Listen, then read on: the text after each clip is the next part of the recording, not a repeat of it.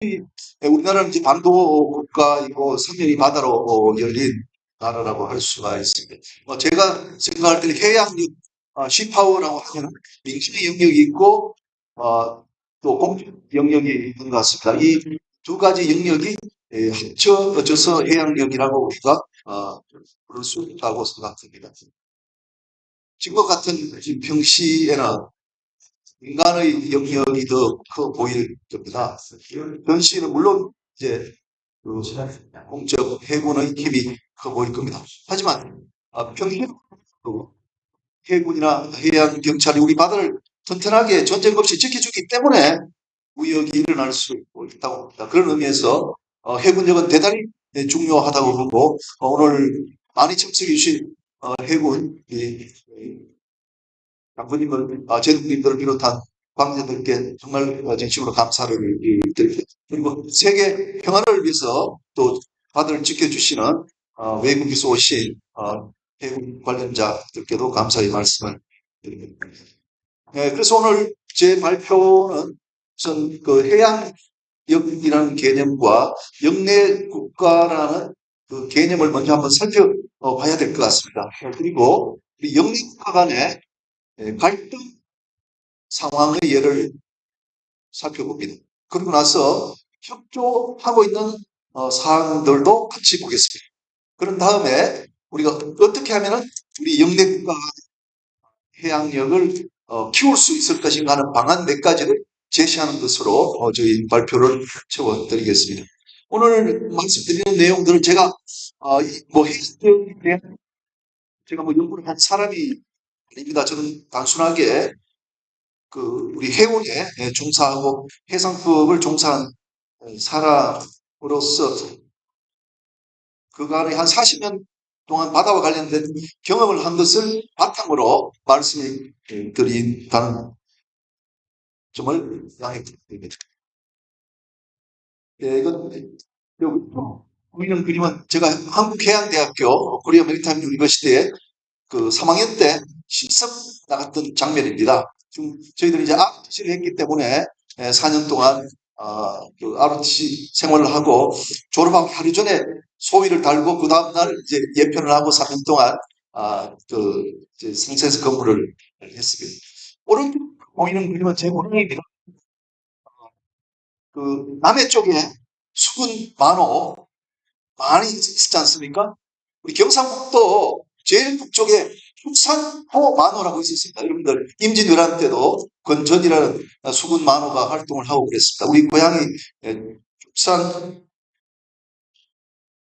흑산인데요. 여기가 여기 그 흑산도라고 섬이었는데 저쪽에 이제 외국가 많이 쳐들어와서 1384년부터 여기 수군 만호를 설치를 했었습니다. 그래서 제가 오늘 해군 관련 해군 참모총장님께서 저를 강사를 초대하셨는데 저도 해군하고 상당히 많은 관련이 있다 이런 말씀을 드리고 싶어서 두 장을 보여드렸습니다.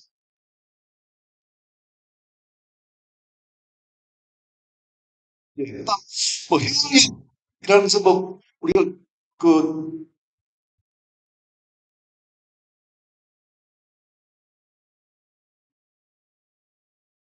뭐, 해양 다들 생각을 할 수 있겠습니다만은 공적인 영역과 이제 사적인 영역 두 가지가 있다고 이렇게 생각이 됩니다. 공적 영역을 합격하고 해양 경찰로 볼 수가 있겠고요. 민간 영역은 우리가 해운업이라든지 조선업, 또 수산업, 선박금융, 해상보험, 또 해양과학 이런 것들이 모두 모여 있다고 생각이 듭니다. 뭐 민간의 경제 활동은 GDP와 함을 하지 않습니까? 그래서 GDP가 높으면 그 민간 분야에서 해양력은 그 나라가 크다 이렇게 말할 수가 있을 겁니다. 저는 해양력이라면서 이런 민간의 영역과 공적인 영역이 해된 것이고 국민이 해양에 대한 관계에 대한 호감도 지지도 이런 것까지 세 가지가 플러스가 돼야 된다고 봅니다. 예, 개념, 개념이라고 오늘 인도에 대한 얘기를 많이 하셨습니다. 우리가 10년, 20년 전만 하더라도 인도가 대한민국 영내국가의 의문을 던졌을 겁니다. 정치적인 상황에 따라서 영내국가의 개념은 변한다고 봅니다. 지리적으로 한국에서 본다면 영내국가라면 제가 생각할 때는 일본, 중국, 대만, 러시아의 북동부, 필리핀, 인도네시아 같은 국가가 아닌가 보고요. 또 태평양을 중심으로 본다면 미국과 뉴질랜드, 캐나다 포함이 될 수 있습니다. 정치적으로 이제 북한은 우리나라 연내 국가가 아닌 거고요. 뭐 대만 사태를 본다면 이제 해협이 봉쇄된다는 관점에서는 중국은 이제 우리의 적대 국가가 될 수가 있었겠죠. 수출입의 관점에서 본다면 중국은 역시 우리의 영내 국가이고 협력해야 될 대상이라고 생각을 합니다. 자, 그 다음에 협력과 또 경쟁 그리고 갈등이 있었던 상황에 대해서 제가 경험한 것을 바탕으로 말씀을 드려보겠습니다. 첫째, 이제 협력 사례입니다. 우리가 이제 전기선 운항 또 유리선 운항이 있습니다. 해운 협력을 체결해가지고 전기선과 유리선이 우리가 한국과 중국 사이에, 한국과 일본 사이에 많이 다니고 있습니다. 그리고 두 번째, 항만국 통제라는 것이 있습니다. 포트 스테이트 컨트롤이라고 합니다. 우리 군함이 일본 들어가면 일본에서 올라와서 군함을 검사한다든지 스쳐다든지 할 수는 없을 겁니다. 그런데 이제 민간의 선박에 대해서는 움직이는 역할을 하더라도 이제 선박을 검사할 필요가 있는 거죠. 그런데 연안국이 즉 말하면 항만국이 우리 배가 들어가 그 국가에서 그 배의 내부를 수색하는 것은 여전히 그 나라에 대한 침해이기 때문에 마음대로 할 수가 없습니다. 그렇지만 검사를 할 필요성이 있기 때문에 도쿄 MOU라는 걸 우리가 체결했습니다. 한국, 일본, 호주 등등이 도쿄 MOU를 체결해서 야 우리나라 배는 당신의 나라에 들어갔을 선박 안전을 위해서 검사를 해도 좋다라고 양해를 했거든요. 그래서 이것이 이제 시행이 되고 있습니다. 이런 것은 좋은 협력의 사례라고 생각이 다음 이 전기선 운항입니다. 지금 여기 그림에 한진해운 배가 있고 그 사우디아라비아까지 우리나라에서 화물선이 다니는 항로가 나타나 있습니다. 그리고 이제 미주 로스앤젤레스까지 배가 가는 것으로 나타나 있습니다. 여러분 아시다시피 굉장히 돈이 드는 자본 집약적인 사업입니다. 그 전기선을 영업을 하고 있는 나라가 꽤 되지 않습니다. 그래서 미국과 우리나라를 이제 다니려면요, 그 배가 최소 유럽을 다니려면 일주차가 있어야 돼요. 정기적으로 다녀야 되기 때문에 그렇습니다. 그래서 전 세계적으로 어떻게 하냐면 세 나라가 힘을 합쳐가지고 배를 넣습니다. 우리나라 같으면 지금 대만 또 독일하고 일본하고 네 개 국가가 이제 얼라이언스를 맺어가지고 배를 교체시키고 있습니다. 또 이런 식으로 넣어가지고 이제 일주일에 두 차례씩 부산항을 떠나도록 하는 거죠. 이것도 아주 좋은 국제적인 협력 사례라고 볼 수가 있습니다. 또 일본하고 우리하고의 수출 무역과 관련된 말씀을 하나 드리겠습니다. 일본은 이제 그로서 좋은 한국을 했습니다. 한진은 저는 큰 배가 들어갈 수 있는 구두가 없어지고 있습니다. 그래서 일본에는 일본 전역에 나는 화물들을 조그만 피더선에 조그만 배에 실어가지고 우리나라 부산항에 일본 화물을 놓아두면은 우리나라 H&M이 싣고 가는 다음에 일본의 전기선사인 더원이 싣고 출발을 하죠. 말하자면 우리 부산항을 일본의 그런 이제 무역에 경고하고 생기게 되는 거죠. 좋은 협력 사례라고 할 수가 있습니다. 그 다음에 이제, 선원 공급과 관련됩니다.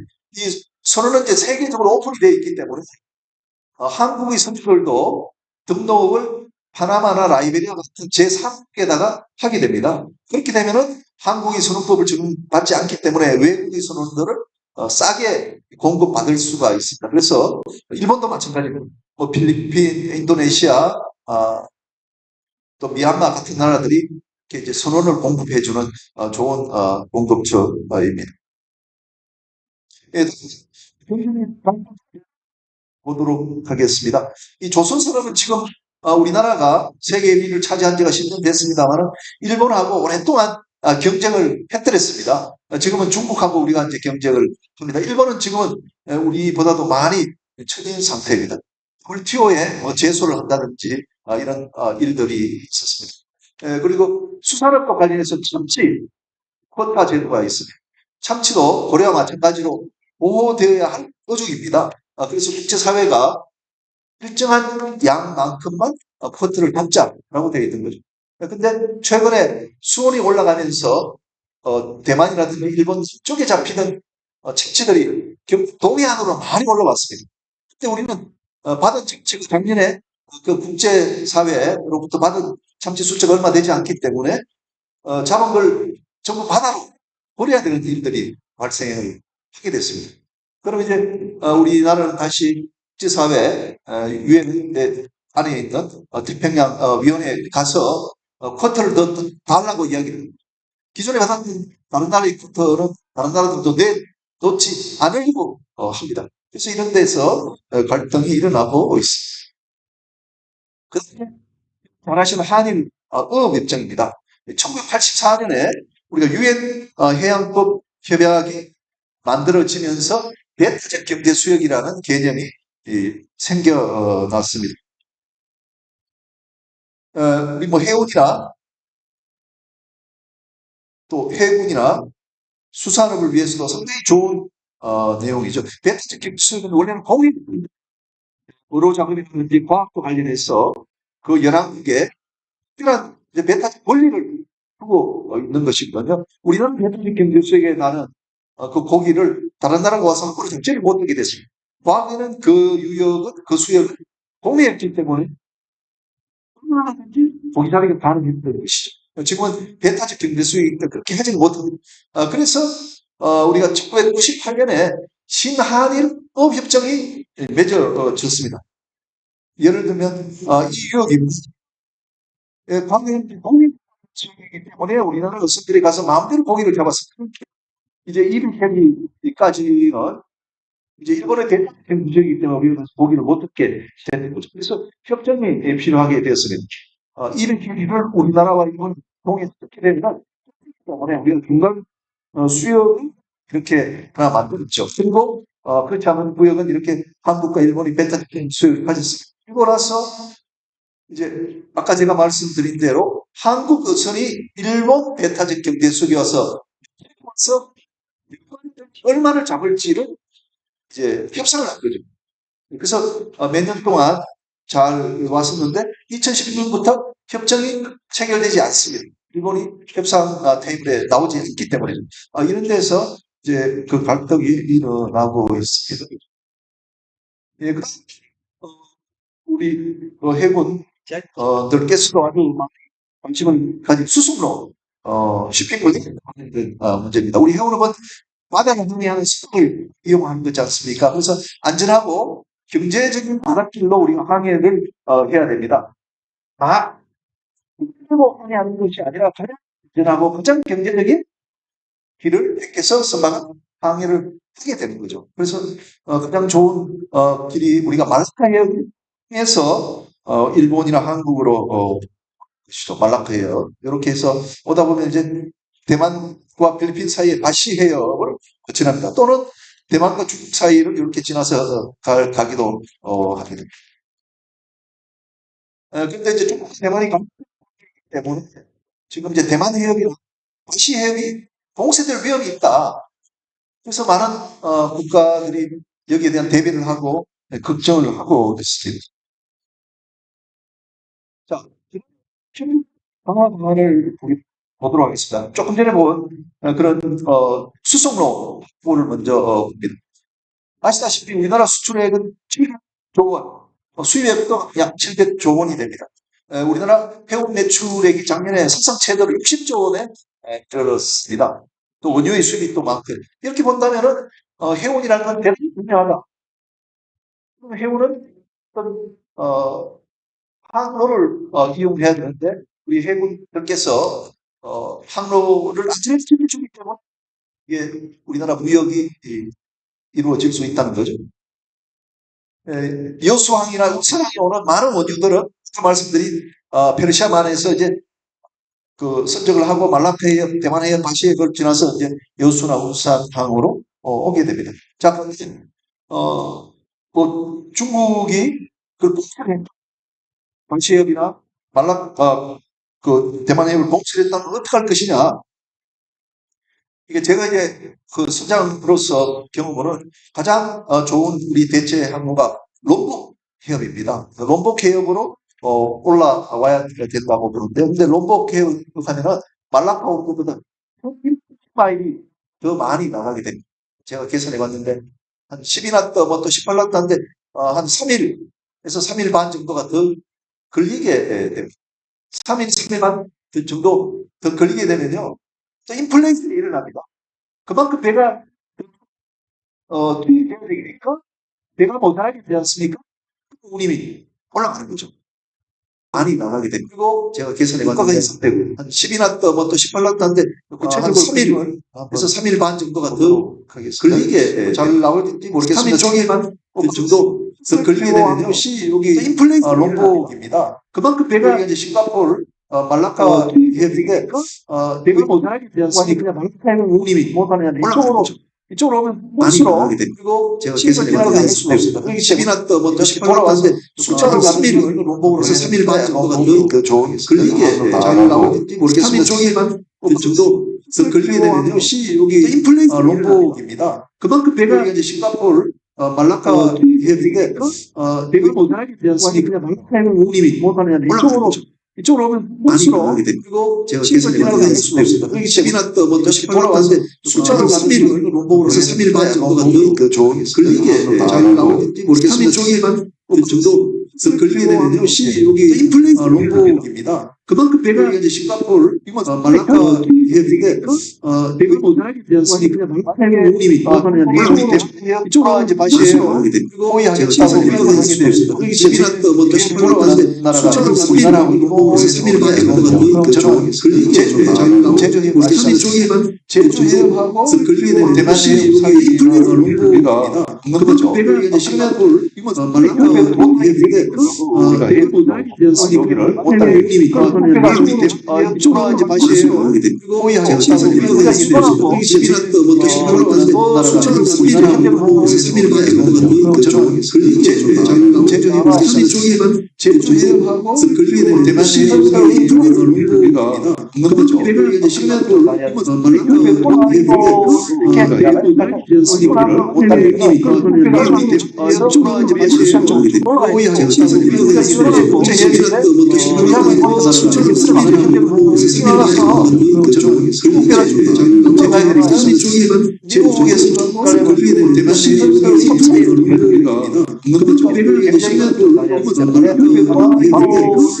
상력을 충분히 사용할 수 있잖아요.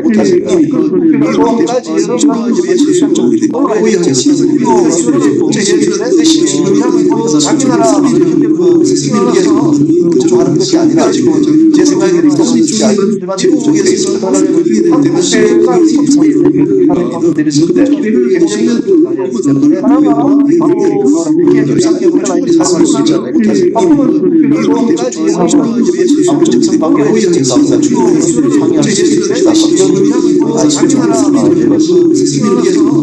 하는 것이 아니라 지금 제 생각에는 제국에 대해서 어제도 드렸는데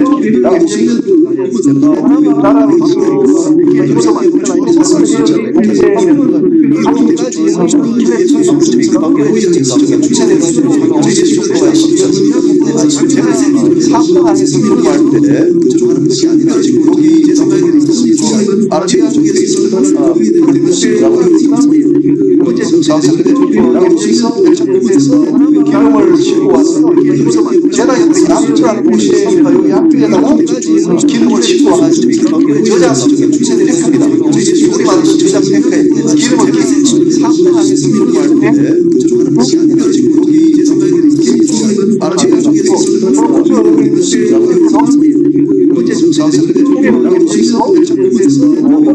싣고 와서 기술로 실패를 만드니까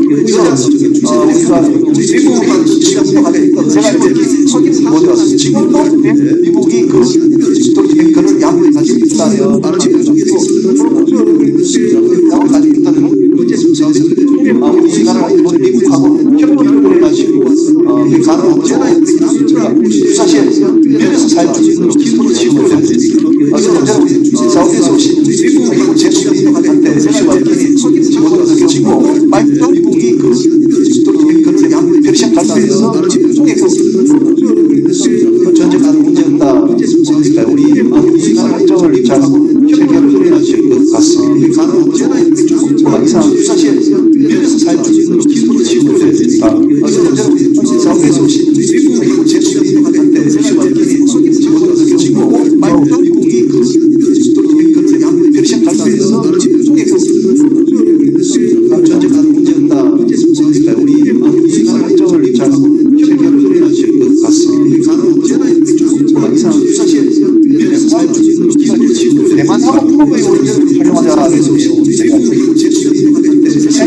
원리가 되지 않습니까? 좀 더 싸게 물건을 만드는 나라의 컴퓨터를 넣어가지고 쓰게 만드는 것은 우리가 수출하고 싸게 만드는 국가에서 수입해오는 그런 대규모 일어나서 세계 경제가 이걸 이용한다면 한국은 이제 조선 산업 세계는 좀더 대단하게 전기선수하는 서로 주고받습니다. 수출한 두 번째는 미국 쪽이었습니다. 아시다시피 만드는 국가에서 대한 원소 대규모 일어나서 세계 경제가 이걸 이용한다면 한국은 이제 조선 산업 세계를 전환합니다. 우리나라 좀 전에서 전기선수하는 이용해서 서로 주고받습니다. 수출한 두 번째는 미국 고심하지 않지 않습니까? 아시다시피 미국 유럽에서 대한 원소 대규모 일어나서 세계 경제가 하나가 이걸 이용한다면 한국은 이제 조선 산업 노스 소셜 법을 통해서 미국에서는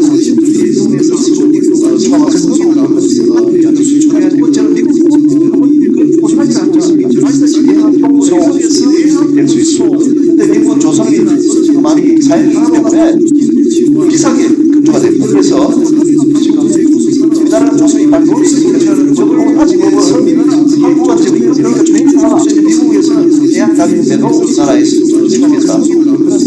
제한이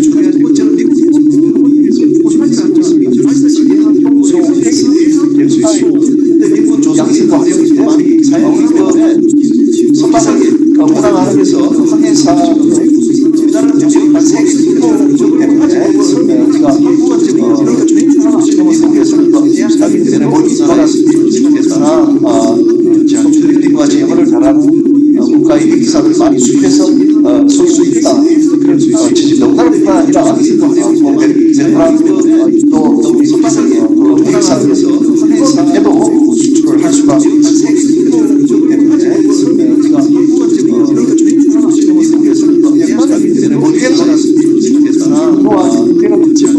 미국같이 잘하는 국가의 기사를 많이 수입해서 쏠 수 있다.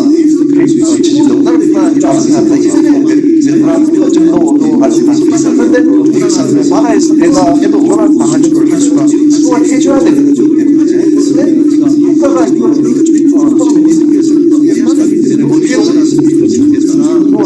세계적으로 지금 인간이 살베이지 한 회사 세계에서 베트남도 일본이 하나가 있죠.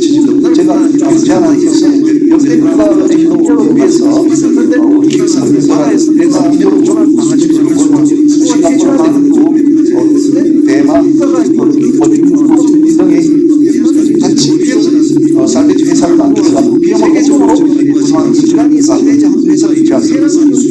베트남도 일본이 하나가 있죠. 제가 제안한 것은 역대 국가의 협력을 위해서 그런데 대한 말씀을 종합적인 대사 이런 원할 방안을 대만 거치고 수정이 됩니다. 근데 저 박스가 회사 소속이 비용을 모두 제공해야 되지만 인간이 살베이지 한 회사가 있지 않습니까? 박스가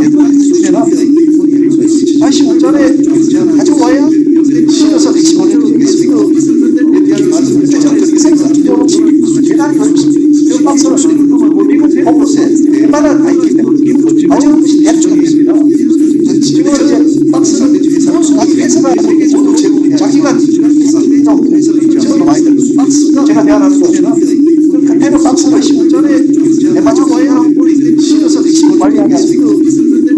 미국의 컨테이너 박스가 있으면 박스를 사고 컨테이너 박스에 얼마나 다 있기 때문에 아주 약점이 있도록 공동체 관리 박스는 선수하게 되고 자기가 기는 것이 아닌가 제가 대안하는 거는 컨테이너 박스를 10전에 내가져와야 실어서 집을 관리하겠습니까? 미국의 컨테이너 박스가 있으면 박스를 사고 컨테이너 박스에 얼마나 다 있기 때문에 아주 약점이 있도록 공동체 관리 박스가 선수하게 되고 자기가 기는 것이 아닌가 제가 대안하는 거는 컨테이너 박스를 10전에 몇 가지 사항이 되어 있는데 미국의 오늘 제가 말씀드린 중에 이제 가장 중요한 시대 공로가 이제 되었을 때 한국하고 힘을 합쳐가지고 시간 방교수에 대해서 우리 제주해군 하나의 마케팅 타워로 한번 사용되고자 이렇게 말씀을 드리고 여러 가지 선언이라든지 또 조선이라든지 민간의 이런 부분들을 오늘 제가 말씀드린 것 중에 이제 가장 중요한 것이 힘이 가지고 전체적으로 우리의 힘이 될 수 있지 않겠냐. 힘을 가지면 전체적으로 우리 해양 내에서 커진다. 이런 말씀을 드리는 것이 마케팅 타워로 경제에서 사용되고자 이렇게 말씀을 드리고 여러 가지 선언이라든지 또 조선이라든지 민간 영역에서 말씀해 주셨습니다. 공적 사적 영역에서의 결국은 시장에서 그러면 해양 교통로 부분에 해적 대치나 여러 가지 부분에서 해양력이 그만큼 다 중요하다. 중요한데 이걸 어떻게 효율적으로 구성할 수 있겠냐는 주변 국가의 협력이 굉장히 중요하다라는 말씀을 하셨습니다. 대단히 감사드리고 다음에 두 번째로 함께 영역에서 말씀해 주셨습니다. 여러 국제해양력에서의 of the rock for stable and 해적 대치나 여러 가지 부분에서 구성할 수 있겠냐는 주변 국가의 협력이 굉장히 중요하다라는 말씀을 하셨습니다. 대단히 감사드리고 다음에 두 번째로 영역에서 말씀해 주셨습니다. 여러 국제해양력에서의 of the rock for stable and 해적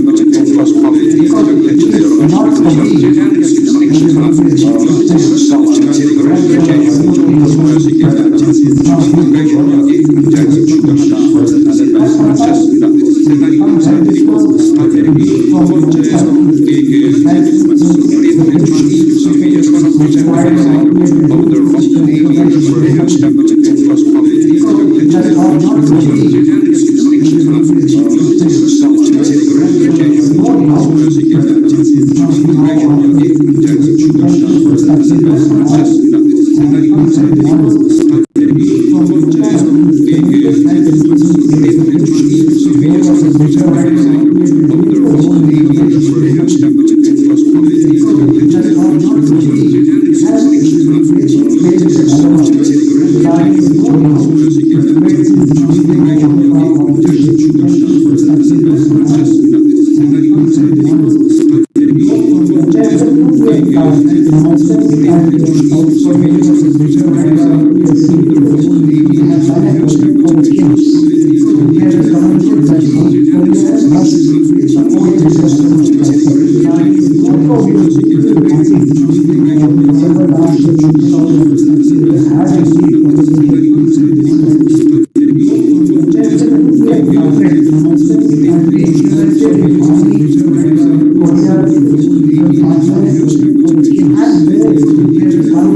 주셨습니다. 여러 국제해양력에서의 of the rock for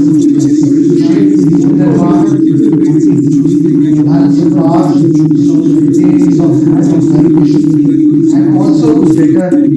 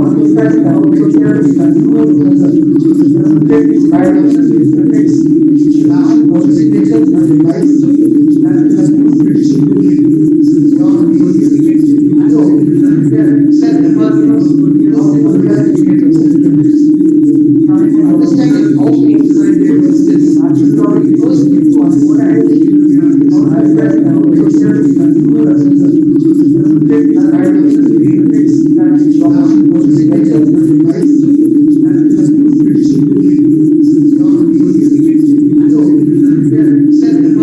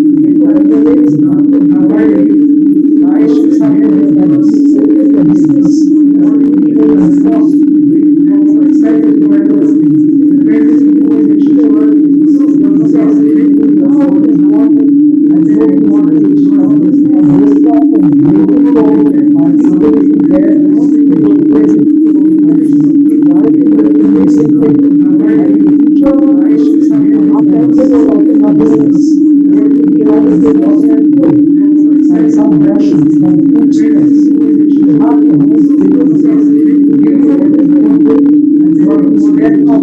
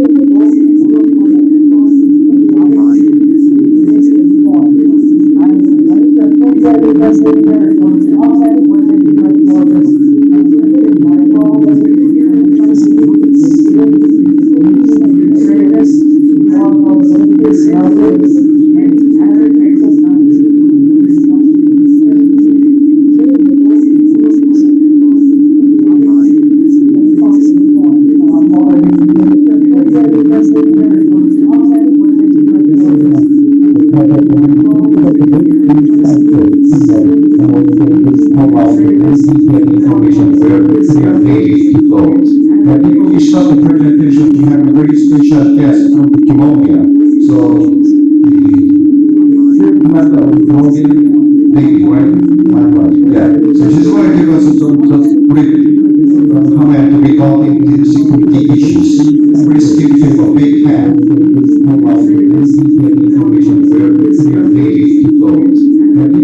the presentation to have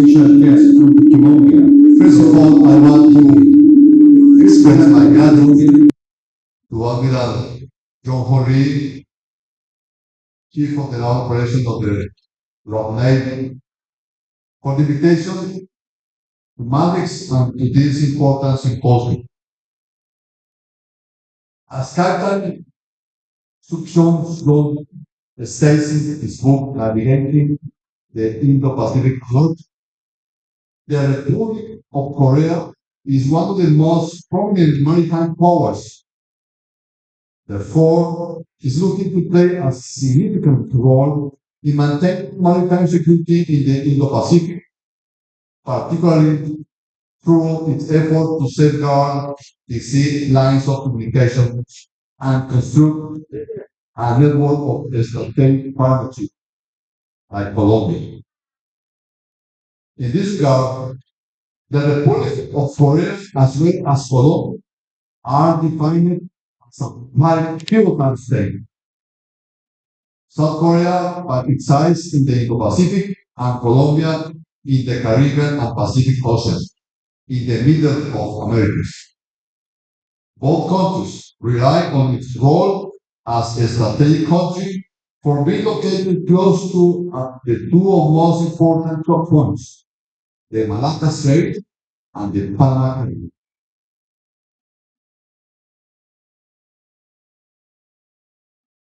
Both countries sharing the same maritime perspective and strategy.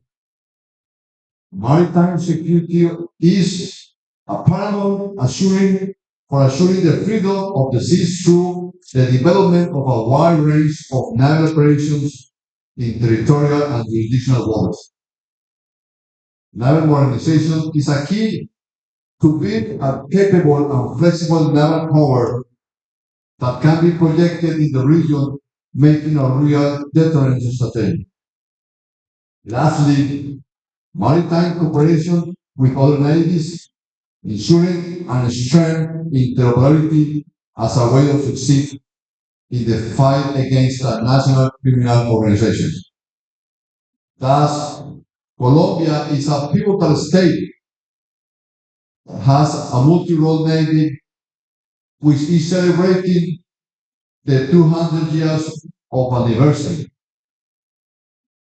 with a wide experience countering drug trafficking and other maritime threats that gave us the opportunity to share this knowledge with other partners countries like South Korea. Colombian Army and Navy came to be part of the multinational force to fight for the independence of South Korea in 1951. Since then, both countries have kept a very good relationship in many aspects. Due to this long-lasting partnership, we can build an extra-regional security cooperation alliance to maintain the sea line of communication safe and secure. Our goal is to strengthen a strategic partnership in the Indo-Pacific because as a maritime nation, the rivers and sea control will bring prosperity. Through these mechanisms, we strengthen regional and extra-regional security. At the same time, we build strong deterrence capabilities to develop collectively as a pivotal state. In this slide, we present where the Colombian Navy is today in Europe, the Caribbean, in Americas, and also in RIPAC, and now we are part of the WPNS. In this sense, Colombia's maritime strategy has been defined as a naval penalty. Through its 5 axes, we perform the 3 main roles that every navy does: the military role, constabulary, and diplomatic. However, the Colombian Navy is a multi-role navy, has defined a 4-role named as a cooperative. This role is the combination of the constabulary and non-kinetic effort to support the national development. The national is the mechanism To the which Colombian Navy develops about 35 specific tasks in range of naval operation, ensuring protection for defense to fight and counter transnational crime organizations. Likewise, this strategy allows us to guarantee human security within the country. This is the employment of naval dual capabilities and the political will to do so. So fulfill and to materialize the maritime strategy, there is the other task of the maritime strategy, the security cooperation projection. As we already mentioned, cooperation is very important to succeed in the fight against transnational criminal organizations. Thus, the establishment of alliances and coalitions with other navies, ensuring and strengthening interoperability is very important. That is why Colombia and Korea have kept a good cooperation in terms of security and defense. The cooperation mechanism allows us to exchange and to participate in naval exercises such as Freedom Shield. These kind of exercises and the other naval operations and the other naval scenarios where we both share interoperability capabilities gave us the opportunity to cooperate and to strengthen security and defense within the region as a way to assure the freedom of the seas. Thanks to the Korean Navy and the government, we are working to build a capable and flexible naval power. Colombia and South Korea have had agreement to build and to donate naval assets to Colombia. That's why in October 2022, Colombia became an active member state of the Western Pacific Naval Symposium, WPNS. The objective is to create stronger ties with the Pacific countries to continue the fight against the national criminal organizations. The Colombia's core objective is to cooperate with allied states in the development of maritime intelligence operations. This agreement has been effective in the fight against drug trafficking, and thanks to this, between 21 and 2022, Colombia seized a total of 676 tons of cocaine and 142 tons of marijuana at sea. Moreover, the aim is not only to counter drugs, we also have other phenomena such as illegal fishing, illegal migration, and smuggling. All these threats require cooperation to be effective. This is why the Colombian Navy, since 2018, launched the Orion Naval Campaign. I take this opportunity to invite Indo-Pacific countries to join us in this great campaign. In the annual report on the monitoring of territories affected by illicit drugs 2021, prepared by the Global Illicit Drug Monitoring Program of the United States National Office on Drug and Crime and the Ministry of Justice and Law, the Orion Naval Campaign is highlighted as one of the actions implemented by Colombia to reduce the amount of cocaine that feeds international markets. The Orion Campaign reflects the fulfillment of the commitment acquired by the Colombian state in multiple international instruments, including those contemplated in the United Nations Convention against illicit traffic in narcotic drugs and psychotropic substances of 1988.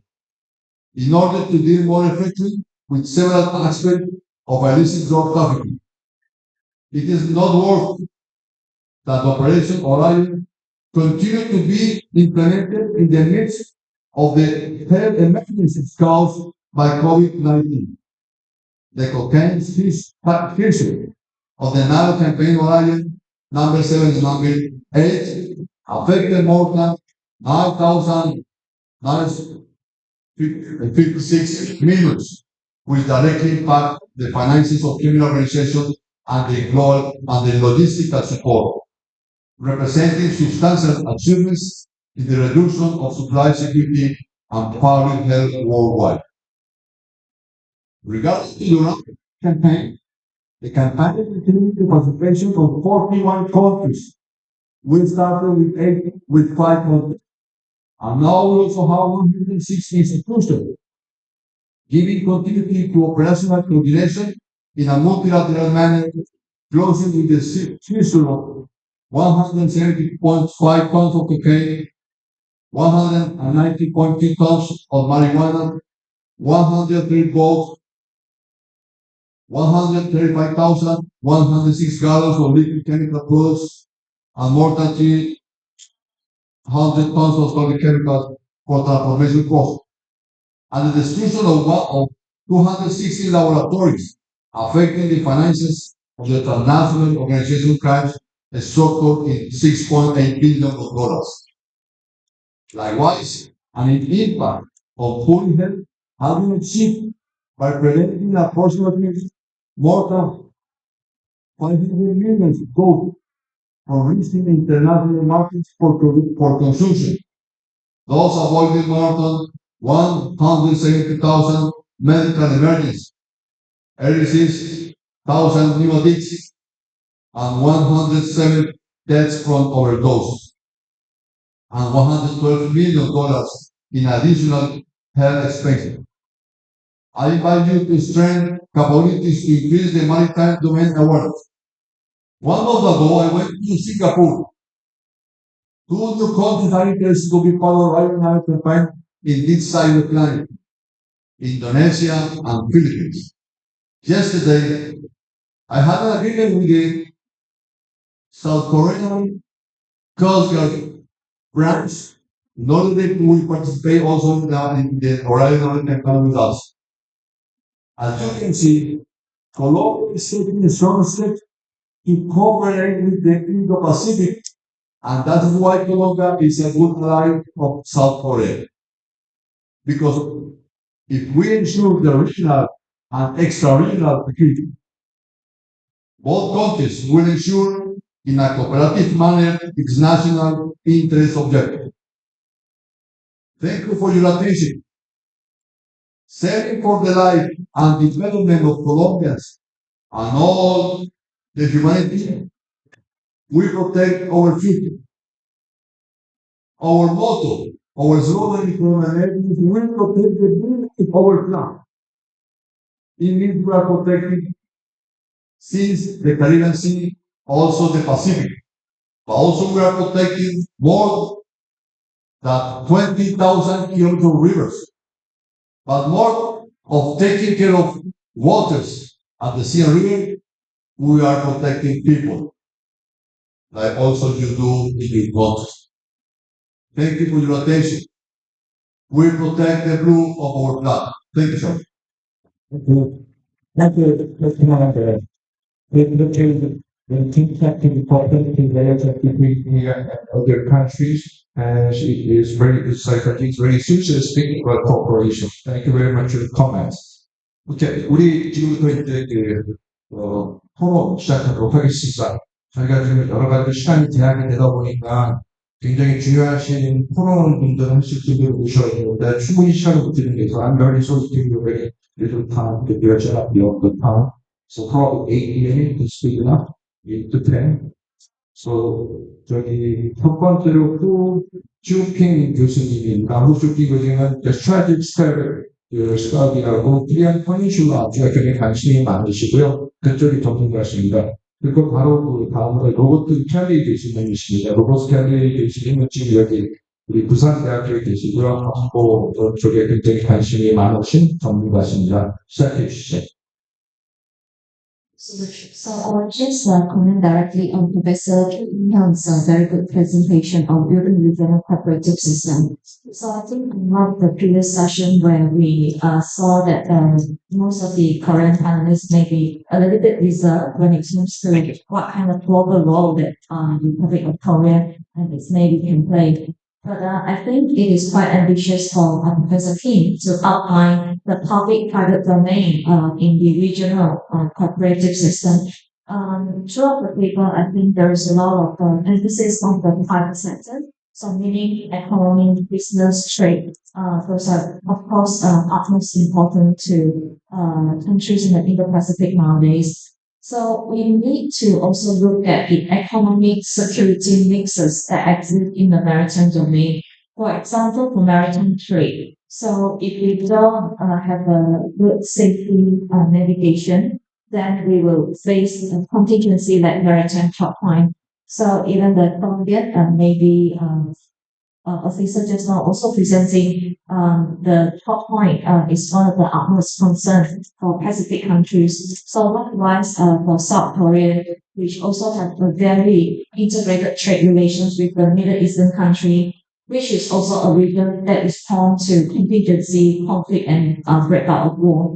So meaning that South Korea and also South Korean Navy have no choice but to consider security measures when they are implementing the Indo-Pacific strategy. So I would like to also highlight the potential for maritime incidents. So even though the prepared from the previous session highlighted there are other maritime actors such as marine police, coast guard, in addition to the Navy. So I would also like to think that this is a situation for a multiple stakeholder in the maritime domain in the Indo-Pacific region to work together to cooperate. So what kind of architecture would be suitable for us to establish or begin the norm building of safe and stable regional maritime security architecture? Professor Kim has highlighted the rules-based order, kind of a maritime security architecture that is based on the strategic theory of communication and also building coordination, collaboration, capacity building among the shipbuilding industry, fishery community, the government, and of course the Navy and other maritime actors. So I thought those are really crucial elements to be considered.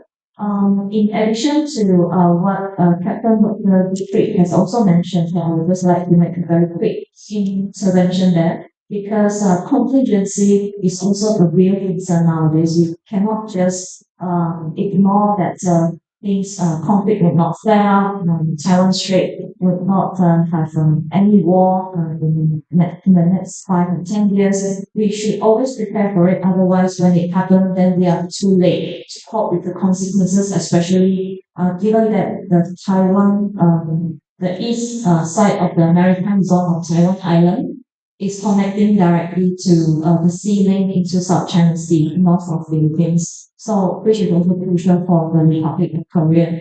So, in that sense, we need to consider the public, private, economic, and also security dimensions in the regional maritime security architecture.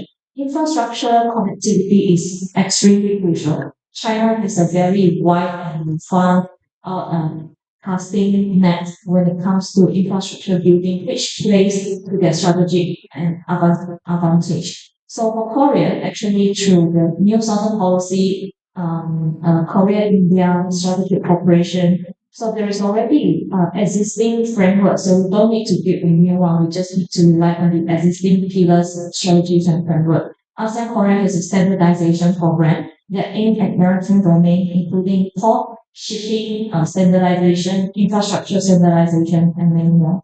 So interoperability is another key element for us to look at. So this is not just relevant for the military, the navies of different nations when it comes to conducting joint military exercises, but also in terms of contingency preparation, and also for the private sectors and private stakeholders to be considered as part of the interoperability when it comes to maritime shipping lane strategy, line of communication, and more.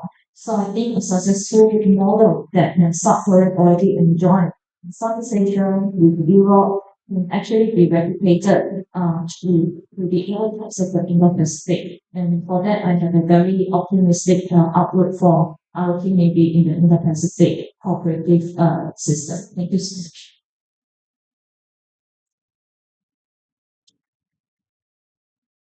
Yeah. I'd like to thank the ministry and the Okay, so my time is short. So a couple points to Dr. Kim's presentation. One, I think it's really good that we're now starting to see some attention in South Korea to the vulnerabilities of South Korean sea lines through transportation lines through the South China Sea and East China Sea. I'm aware, obviously, that strategic and elite actors in South Korea, like the people in this room, are already aware of this. But my sense is, having lived in Korea for 15 years and taught international relations at a big university, that many sort of like regular Koreans on the street are just really not paying attention to this. They're sort of not aware of it. In the years and years and years I've taught my students, when I talk about this, a lot of my students are like, oh, really?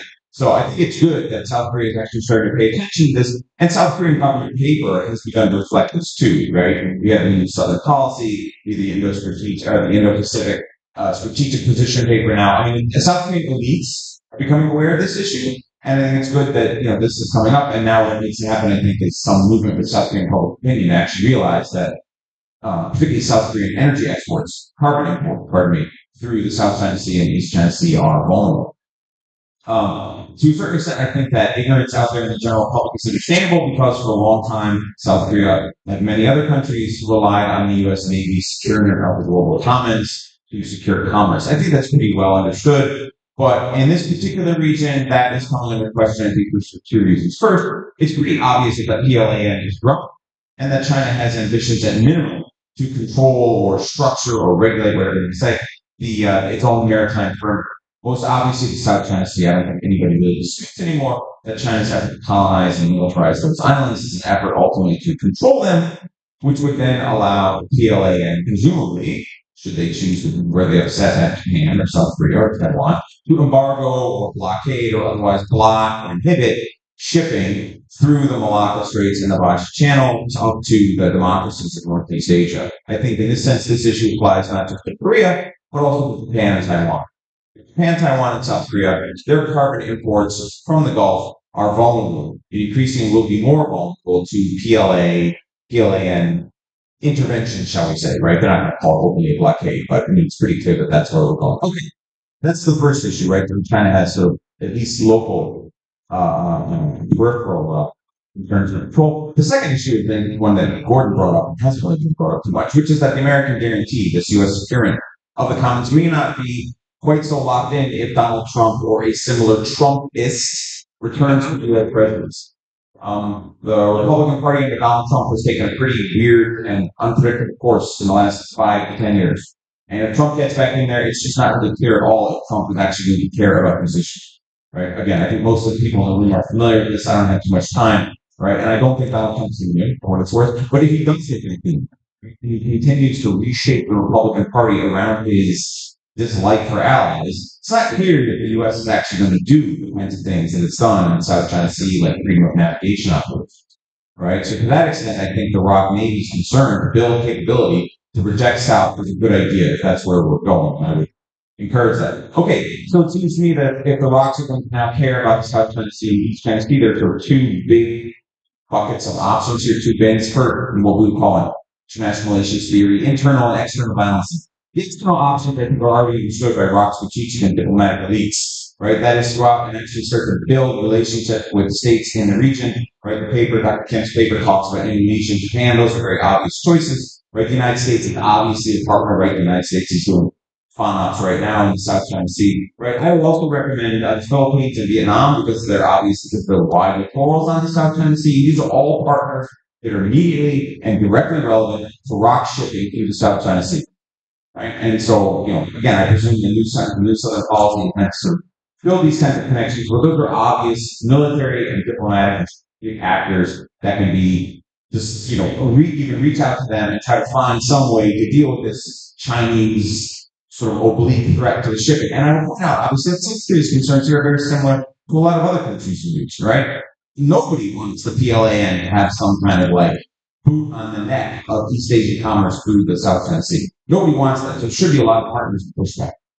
Okay, so the more aggressive option, the internal options, actually build rock power projection capabilities that can actually sort of push rock power southward. And this comes both of these presentations hinted at that. Right? I would just point out right from the beginning, as a civilian analyst, is that all this stuff would be really costly. And South Korea already faces pretty severe terrestrial and aerospace challenges, say North Korean missiles, and the Korean People's Army, which means budgetary space for the ROKs, the ROK end, to build a big force is going to be limited.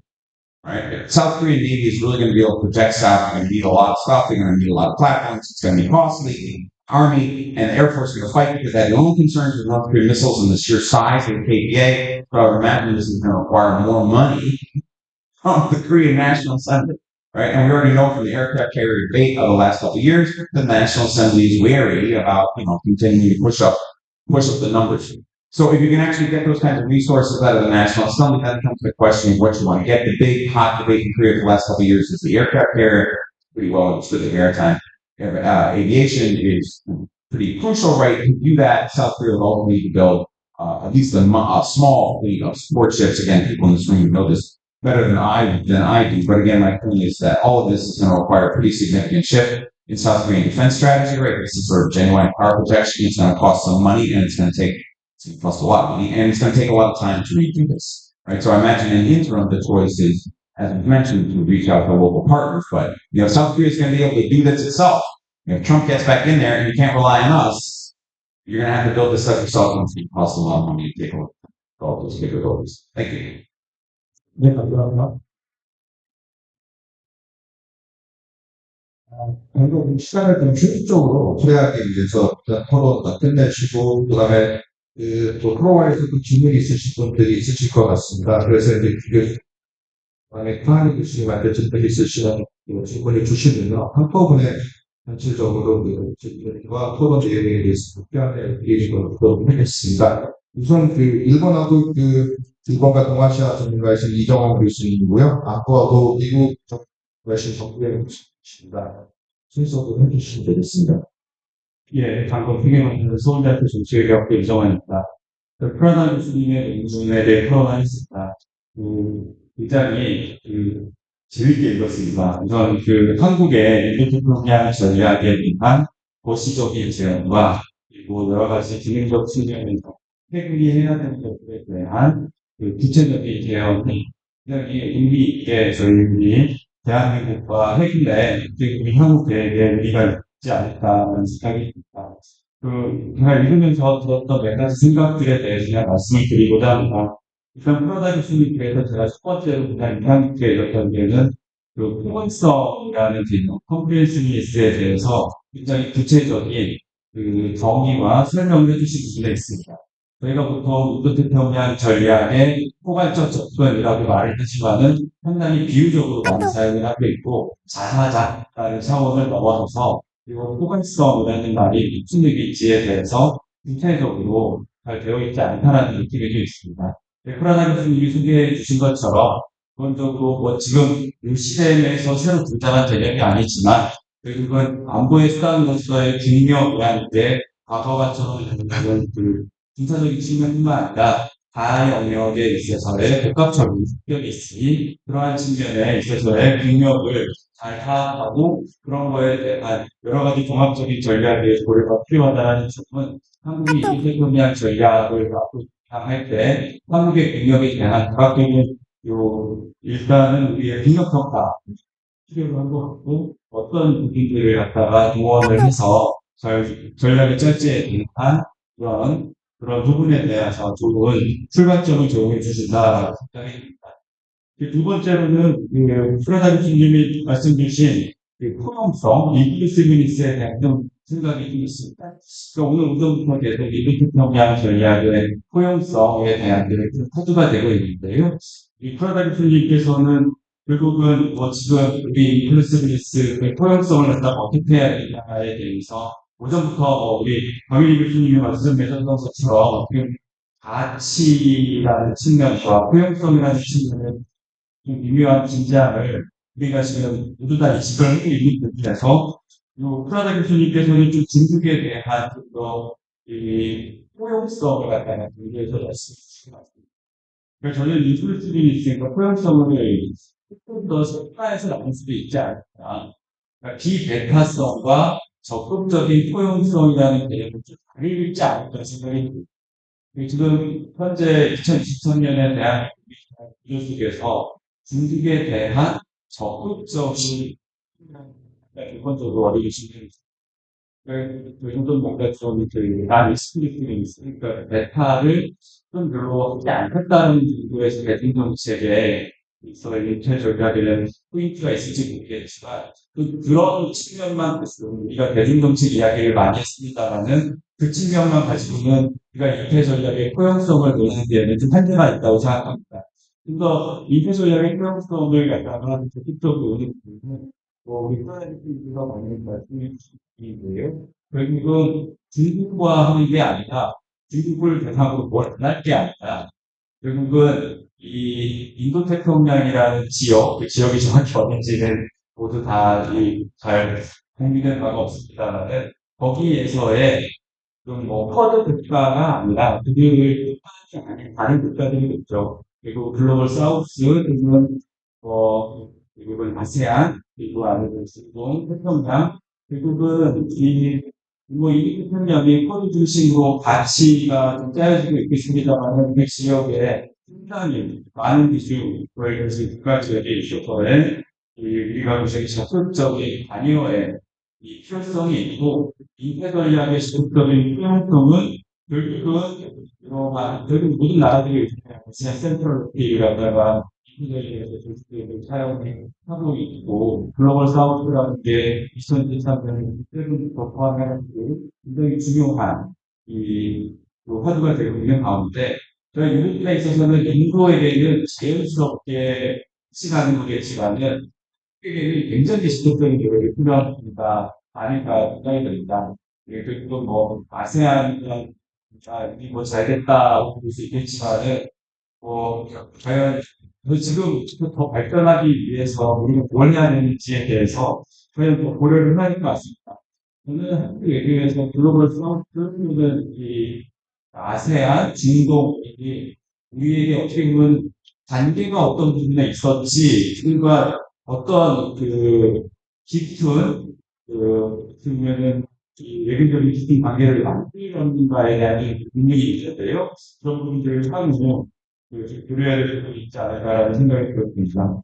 세 번째로는, 이 프랑스이 만들어진 기능적 이슈를 보면서, 최근에 들었던 제 생각인데, 결국은 가치와 포용, 그런 가치와 포용성이라는 소리에 대한 비판다이라는 부분을 우리가 모두 느끼고 있는데, 저는 좀 가치를 추구한다는, 가치를 외교에 담아낸다는 것을 조금 더 구체적인 정책의 내용으로 내려와야 된다고 생각합니다. 프로젝트님이 좋은 여러 가지 제안 주시면서 새로운 시스템이 필요하다는 말씀하시고 연계가 되는 것 같습니다.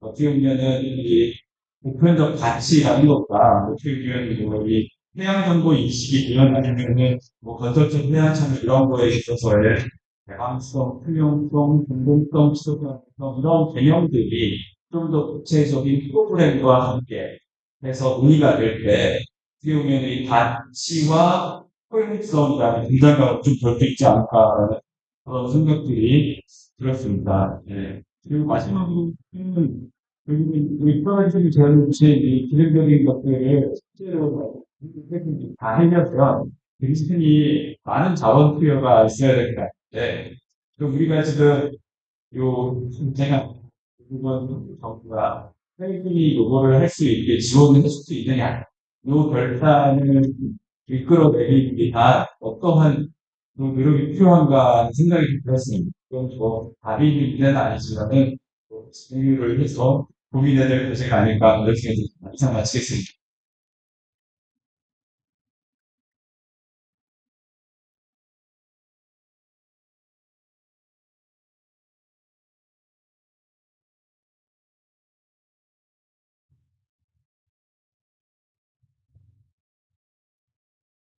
네, 감사합니다. 다음에 또 공개합니다. 시간이 없으니까 짧게 포인트를 하고 말씀하겠습니다. 프라이팬 수준들이고 이전 뉴스들을 발표한 카드를 잘 들었더니 많은 부분이 있는 것 같습니다. 이제 오픈부터 사실 문제에 사실 큰 마찬 지금도 있었는데 지금 이 아래 보시면 라고 하는 부분이 사실은 연결되지 않다고 보니까 사실은 이 지역에 대한 결론을 세우고 행동한 탈때 스트레스 얼전시가 적용되지 않는다고 하는 느낌이 상당히 들었거든요.